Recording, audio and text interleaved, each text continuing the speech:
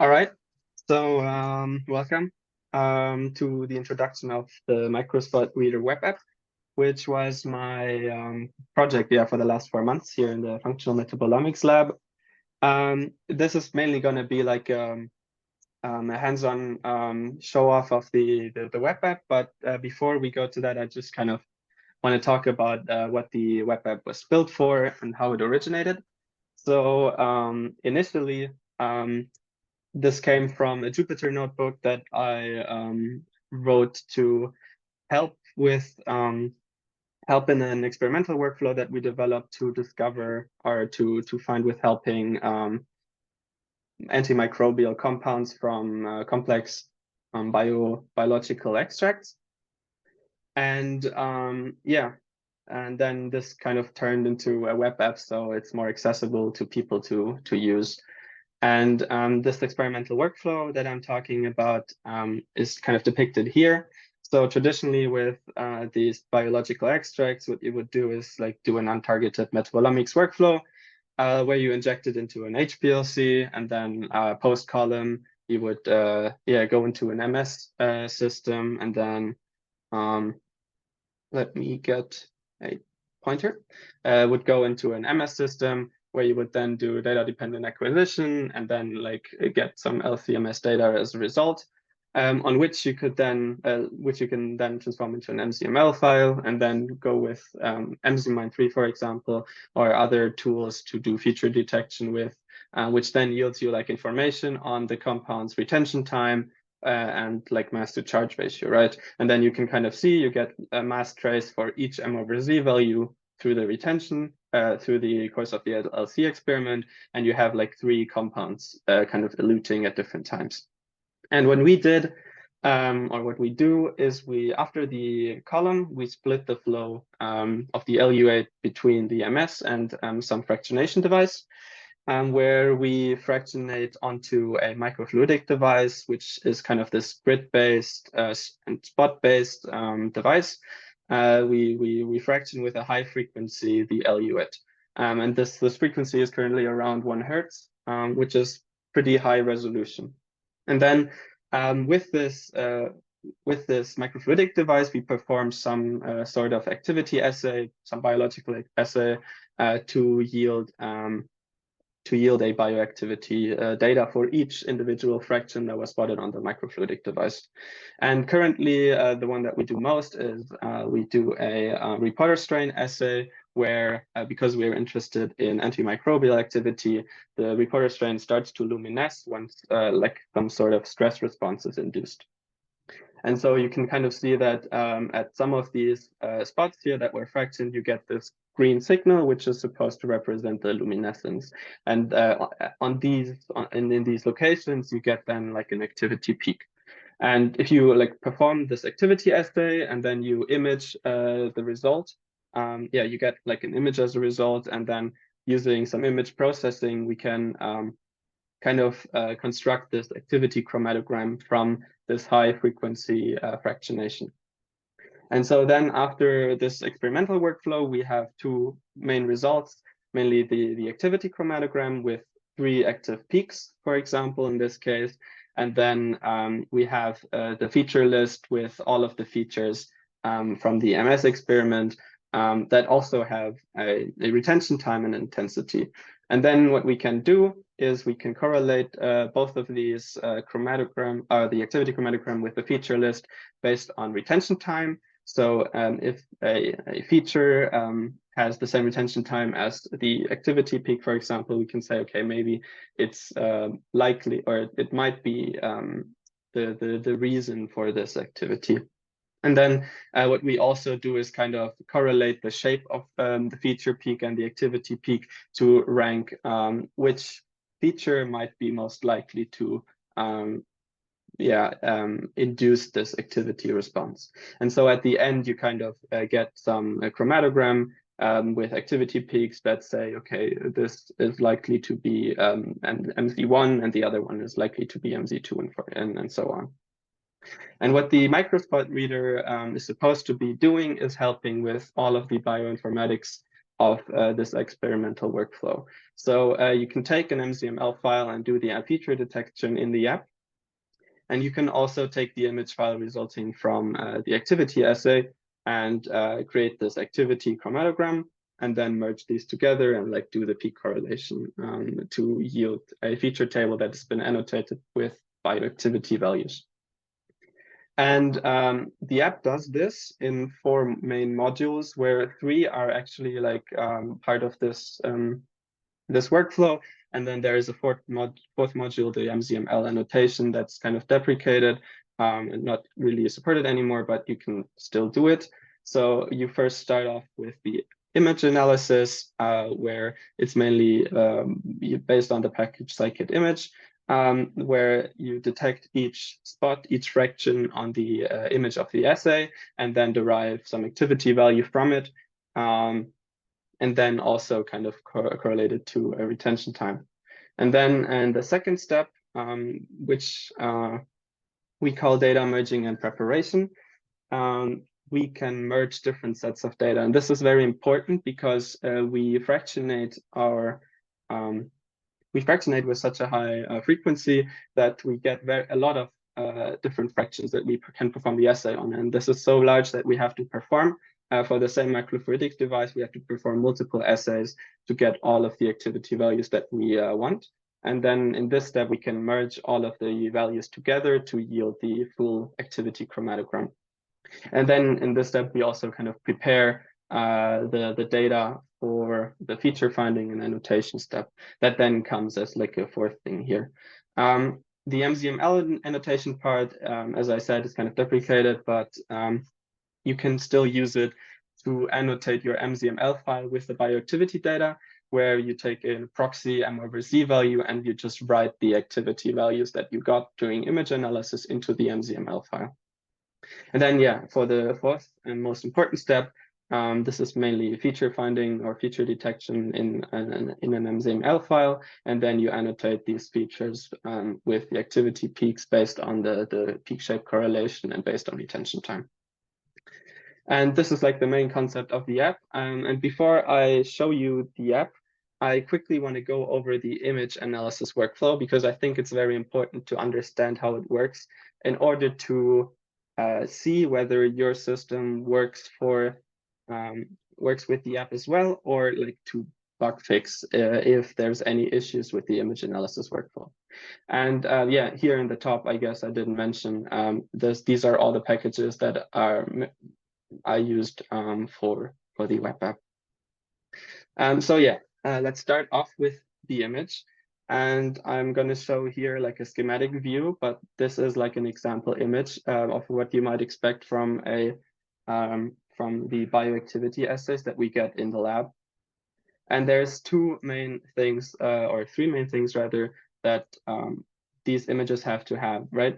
There is these circular spots that all images have to have, and they have to be clearly visible, which is very important for the first step that I'm going to show you in a second. So you can see all of these circles in the image. And then it's very important that all of these circular spots are arranged in a very regular manner. So in a grid, basically, where it's very predictable where they should be. And this is important to avoid any artifacts during image analysis. And then the third thing that you can see is here, the darker the pixel value gets, the more luminescence intensity we have in this reporter strain assay. And at some point, we have fractions that contain so much antimicrobial activity that instead of inducing, they induce such a high stress response within the reporter strain that they actually die where the concentration is highest. And so you get no signal there or less signal there. And then at the edges of the spot, essentially, where the concentration of the fraction is lower, you have a stress induced that is not enough to kill the bacteria, but enough to maximally stress them. So you get these antimicrobial halos. And in these cases, it might make sense to perform some other analysis that I will talk about in a second. All right, so yeah, with this image in the schematic view, the first step that we do is we try to identify all of the spots within the image. And we do this by detecting circles, basically, of a defined radius. And as you can see, most of these, this is like the detection is then denoted by this black cross. And as you can see, this works well for most of the spots, but some don't work very well. This might be due to visual artifacts or some other reason, but some spots have no detected circle, and some random areas in the picture might also have detected circles, even though there should be none. So it's very important to obtain this consistent activity chromatogram in the end to identify all spots correctly and no false positives. So what we then do is we assume that most of these spots have correctly been identified, and then we overlay a grid over these spots. And yes, you can see this in this red grid over here. And then we check whether each intersecting point on this grid, each grid point, has a spot already there or not. And if it doesn't have a spot, we backfill it. So these spots will then be backfilled. And for all the spots that do not lie in a certain vicinity of this grid, we remove them because we assume that they are not part of the grid of spots. And then you end up with the corrected spot grid right here down there. All of these circular spots have correctly been identified. And then we can proceed with the important part, which is the activity determination. Now, the first thing that we optionally do, this is not necessary and can be turned off or is turned off by default, but you can turn on, is the antimicrobial halo detection. So in this schematic view, I made one antimicrobial halo and I depicted it as this green circle. And yeah, for these, because the intensity on the spot itself is lower due to the bacteria dying off, it might not or it doesn't make sense to consider the actual pixel value as like a measurement, because obviously the activity is very high because the bacteria die, but then the optical readout would be lower. So what we then do is a halo detection algorithm that detects where there is a halo. It kind of puts it onto a specific spot and tells you how big that halo is. And then like we have a measure of the halo radius as the new activity measurement. And then in the final step, we just index or give each spot an index based on what the user put in. So we generally, by convention, you start off with A1 and then you go through all the rows and all the columns.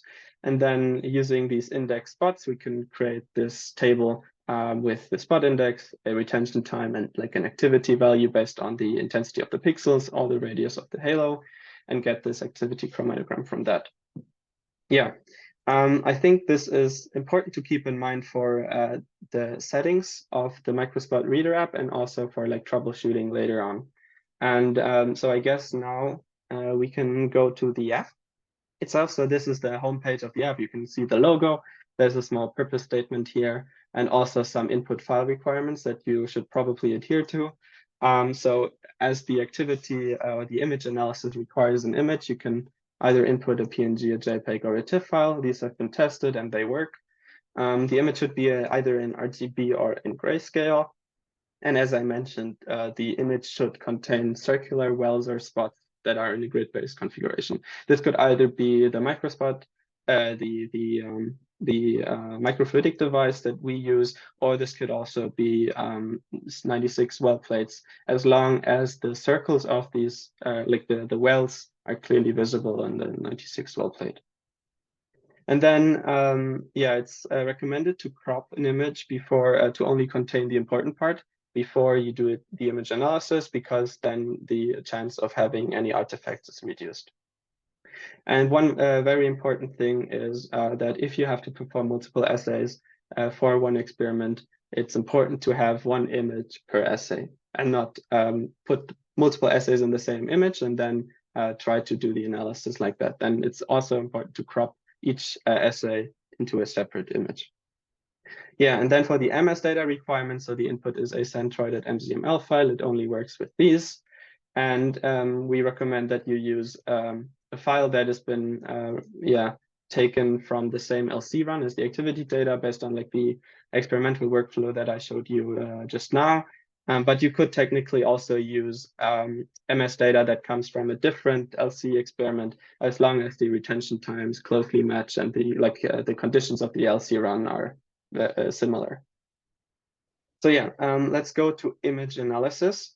We're gonna do this showcase with 2 images to showcase all of the functionality, which are these 2. They belong to the same experiment, and they are aligned like this. So you start here with A1, and this is the last spot. And essentially, we fractionated starting here, going through these columns, going up to these in this image, and then in a serpentine manner down the second row, down the third, and so on and so forth.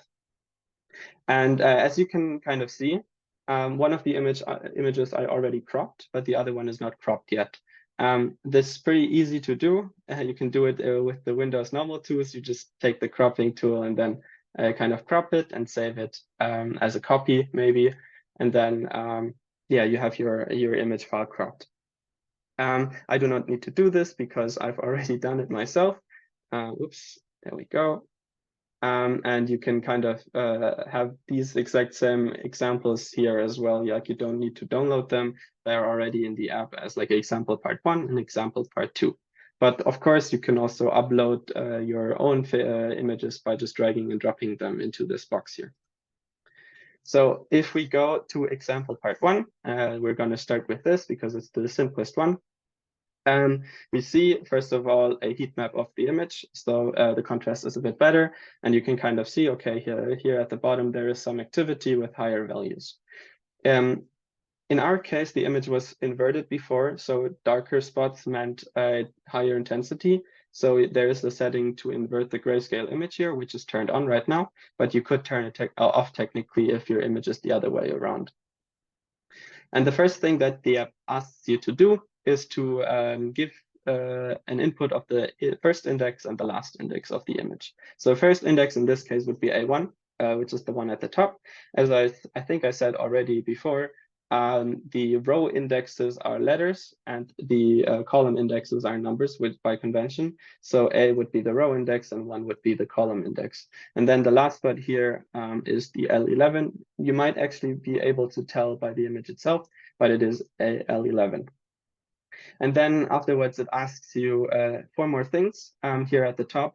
The first one is ask you to select columns or rows that do not contain any sample. So what we decided to do with our experiments is have the outmost column of each microfluidic device to not be spotted at all. So we can use them as controls and for normalization purposes. So we know that there is no sample on here and we do not expect any activity values. So I will consider here, this is column 1, the outmost column, as not containing any sample.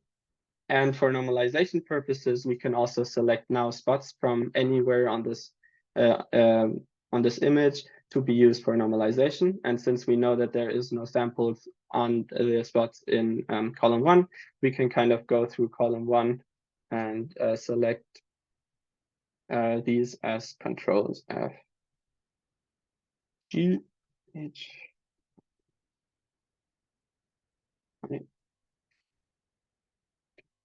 And there we go.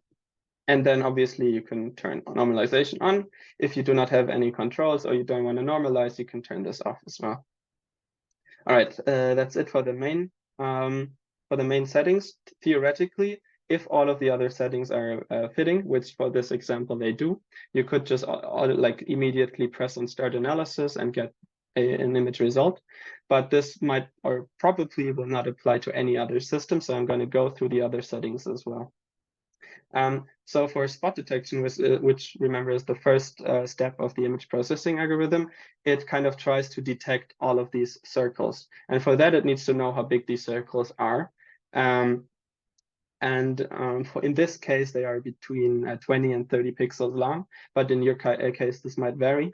So I'm going to show you a simple way of finding out how big your circles are as a radius. By using MS Paint, because you can open your image just in MS Paint. And in the bottom left corner of MS Paint, you can kind of see that if I go through the image, it shows you which pixel you're on. And then you could just go to the center of your spot, look at the pixel number, go to the edge of the spot, look at your pixel number again, and then you know the radius of the image.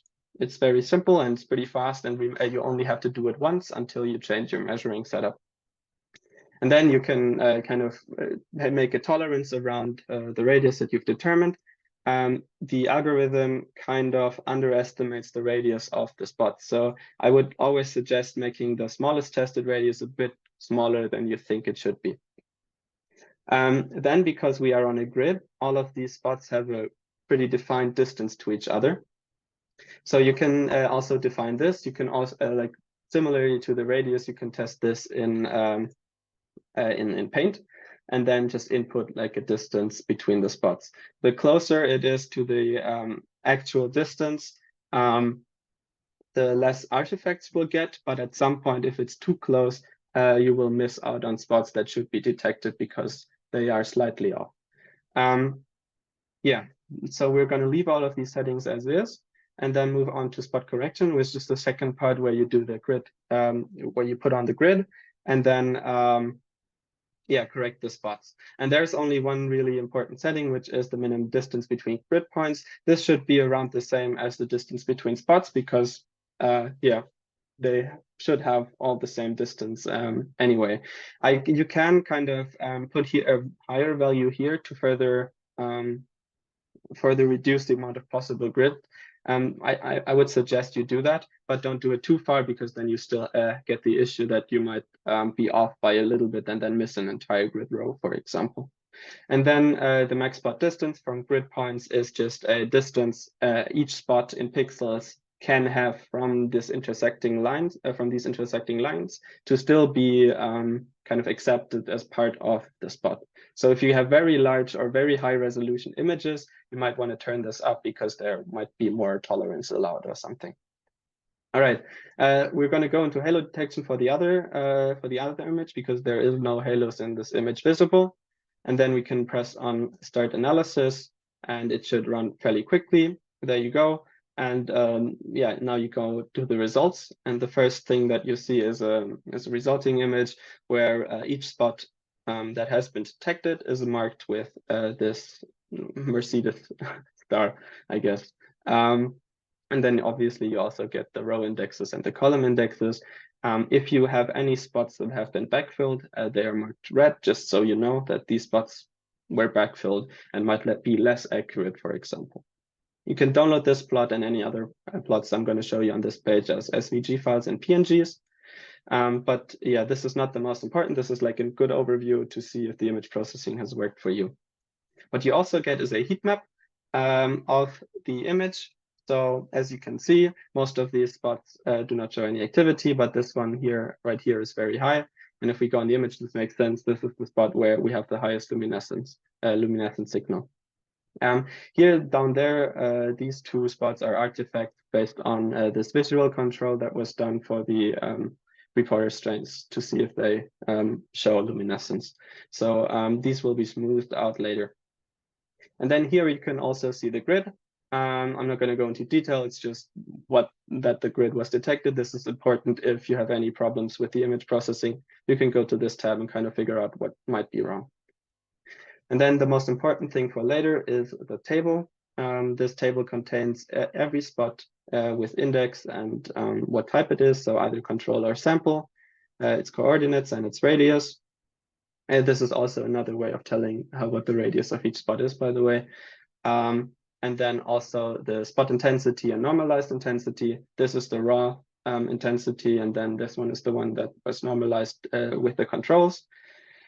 It then also shows you a note whether it was detected during initial detection or was backfilled during correction, and a retention time that's not added yet, which will come in the next step. And then if you have halo detection enabled and you detect a halo for a specific spot, this column here will show the radius of each halo. All right, you can download this table, not through these buttons down here, but there is this small sign here, download CSV, which I would always suggest you do, because if you decide to close this site, you can continue with the next steps using this table instead of having to redo all of it at once. What you can also do if you decide to stay in the app is save the data that you got into in the session. So you can give it a name like part 1, for example, add the image data to the session, and then you see it shows up in this table right here. You could rename it if you want. You can select it, which is relevant later on, but this is all that you can do on the image analysis side. Let's go to example part 2, because this might also be interesting if you have antimicrobial halos in your samples. So for this, because now we have to input new indexes, we start at A12, not A1, because that's the second half of the image. So this is A12, and then the last spot is L22. In this case, the control column is column 22, because this is the outermost column. And then the spots that we select as controls are all part of the 22nd column. So I'm just going to put this in fairly quickly. That's it. And then because we have these antimicrobial halos here at the bottom, they also shine into the control row, which means that these will have elevated values, and we can kind of remove them because we know that these will produce artifacts. So this would be H to L, which we can then HJK, and then what's the last one missing? One I is missing. There we go. And then we'll leave all of the other settings as is, because this worked for the first one, and this is basically the same same image acquisition. So we can leave this, but now we can turn on halo detection because we're interested in the value of the halos.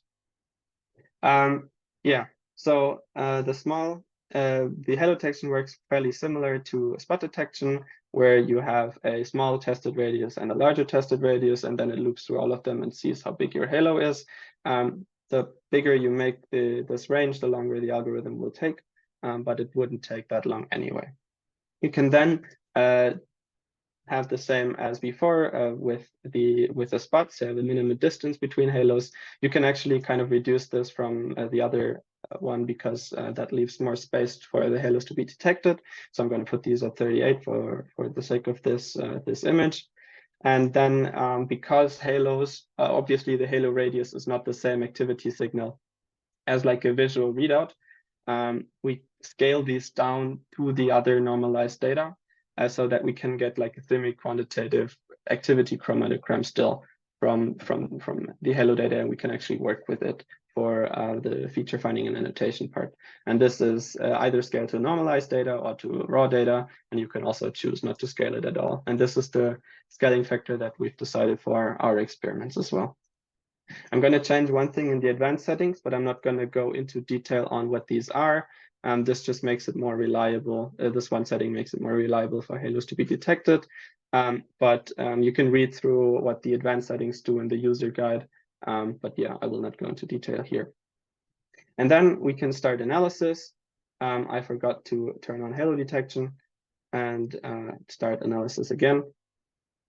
And then you get this as a result. Obviously, all halos have been detected. However, there is one outlier that's false positive, and there is this setting here that can remove false positive halos by index. So if we check this is H and this is 19, we know that this is the spot H19 and it has a false positive halo. So we can remove it here, and then it's gone. And again, we can kind of download these data.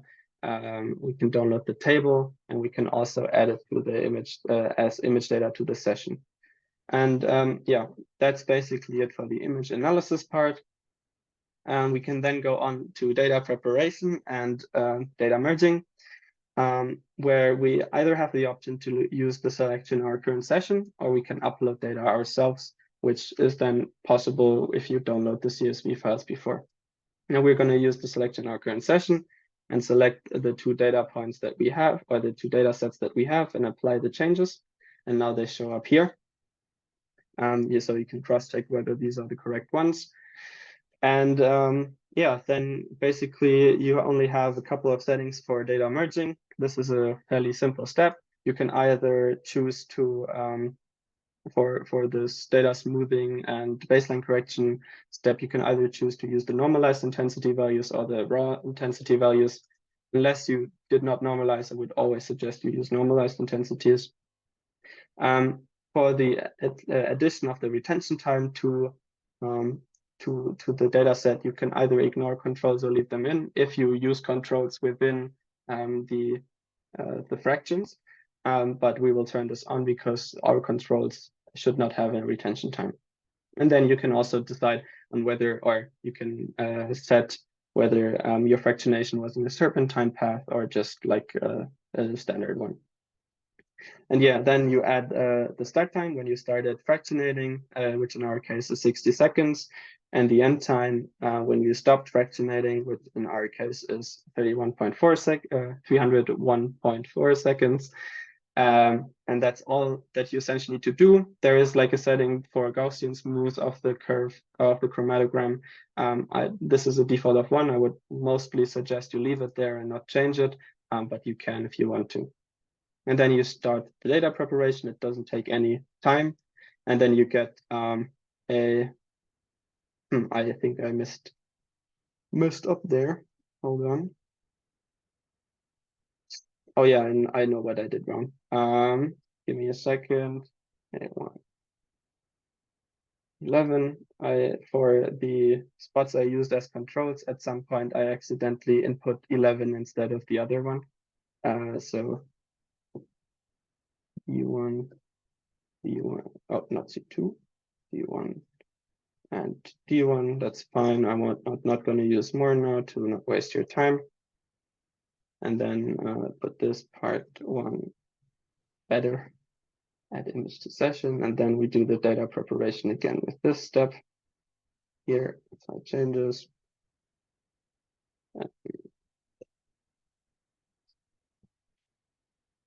Four. There we go. And now it should be fine. No, it is not. Oh yeah, okay. I remember why.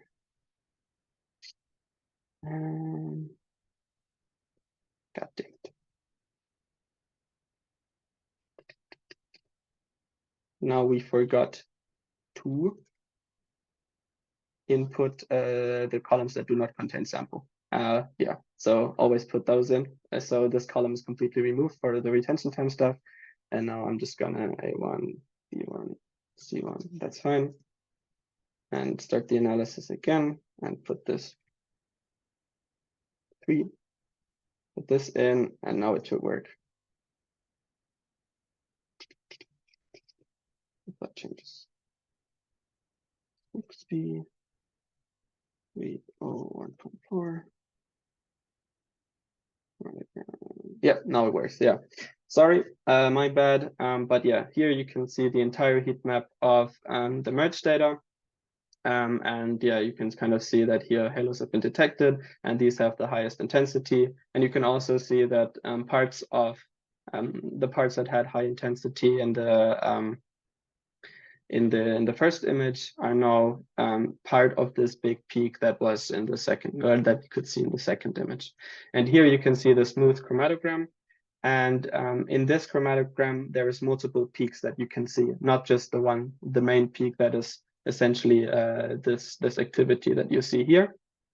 And this is because if you have big halos, or sometimes even for just standard high intensity spots, they radiate the luminescence, the stress radiates outwards towards the neighboring spots as well. And then these spots also have a higher intensity than they should, because they are because of background signal.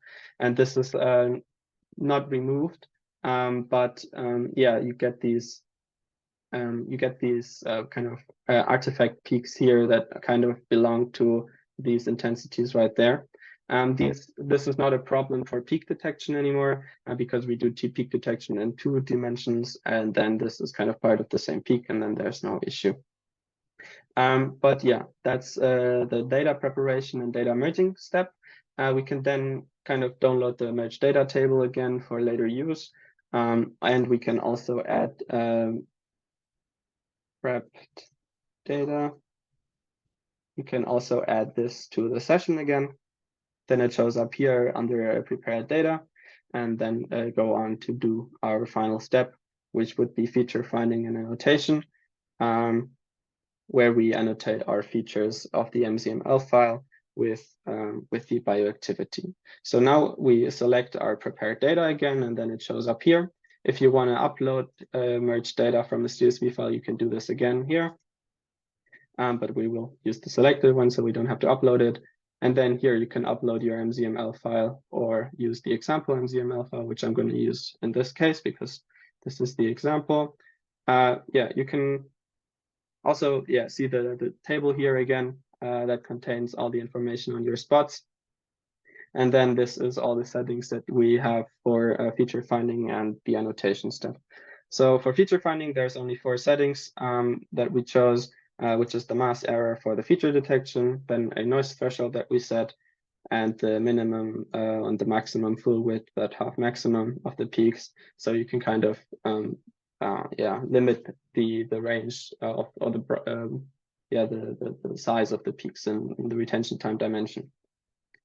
For the correlation of the activity with or the activity peaks rather with the features, there is 2 settings. One is the retention time tolerance, so how broad of a window do you allow, and then if there is a bias in the retention time of your activity data versus the feature data, you can also set a offset here. The offset will add the value to the retention time of the activity peak. So that means that if the features elute later than your activity, you need a positive value here, and if they elute earlier, you need a negative value here. And then for the activity peak determination, there is a threshold that can be set either automatically or manually. For noisy data, I would suggest manual, otherwise use automatic. And then you can also determine whether you want to use the smoothed intensities from the data preparation step or just normalized intensities or the raw data as well.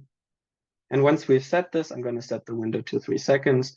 We can start the feature detection and annotation. This is the step that takes the longest, but it doesn't take that long, to be honest. And yeah, so these are the results. In the first of these tabs, we get information on all the activity peaks. So there's a table that lists all peaks that have been detected in the 2-dimensional space, as I said earlier. And it always starts off by saying peak number 1, and then it continues with peak number 0, and then continues with 1, 2, 3, and so on. And it lists them in their intensities. So the highest intensity will always be 0, and then it will go down. And then there's obviously some other interesting facts. So how, like when the peak starts and when it ends, and then also what the AUC of the peak is. Yeah, and then you can kind of visualize this once in 2-dimensional space, and then also once in the activity chromatogram itself. And this is the actual activity peak that has been picked. You then, for the feature finding part, you get a full feature table with the retention time, the MZ value, how big the peak or how broad the peak is, what the window of the MZ values is, some intensity value, what the adducts are. And for each peak that has been detected in the activity chromatogram, you get 2 extra columns. So in this case, it's only peak 0. And it shows you all features that have been correlated to that all peaks that have been correlated to the activity peak by retention time. And then it also scores them based on the Pearson correlation of the peak shapes. So this score means that the closer it is to 1, the higher the correlation between the shapes of the 2 peaks, the more similar the 2 peaks are. And yeah, this is all that you get from the feature table. And then probably the most important tab is the significant active features one. Yeah, where you kind of get the peaks that have the most or are the most significant in the feature list. So you can kind of set a correlation threshold here, which is 0.8, and And then, yeah, it shows you for peak 0 all of the relevant features, and you can kind of display them here as well. And then you can kind of see, okay, yeah, these peaks correlate fairly well, and they have these specific MZ values. So they are most likely to contribute to the activity of that peak. And then finally, one last step, you can obviously download all of these tables. You can download files for feature-based molecular networking, for example, in GNPS. And yeah, if you download them, you can kind of see in a second that you get the MZML file in there, you get a feature quantification table, and then your MGF file containing the MS2 data so that you can go on to do the network. Yeah. And that is basically it. There is still this step here, the MZML annotation that I haven't talked about. This is not very important anymore, but I guess I can still show it to you. So it writes essentially the activity data to the MZML file. So you can upload your MZML file here and then set a proxy MZ value at which all of the activity values should be annotated, and scale it so it doesn't like get cut off by the threshold of some programs or some algorithms that you can process this data with. And then, yeah, you can annotate your data. And then once it's done, once it's done, you get your total ion current chromatogram, just to show that, yeah, it's just to show the chromatogram from the MS experiment, and then you also get the bioactivity chromatogram at the intensity at the MC value that you showed. But yeah, that's it, I guess, for the app. So if there's any remarks, any questions, feel free to ask.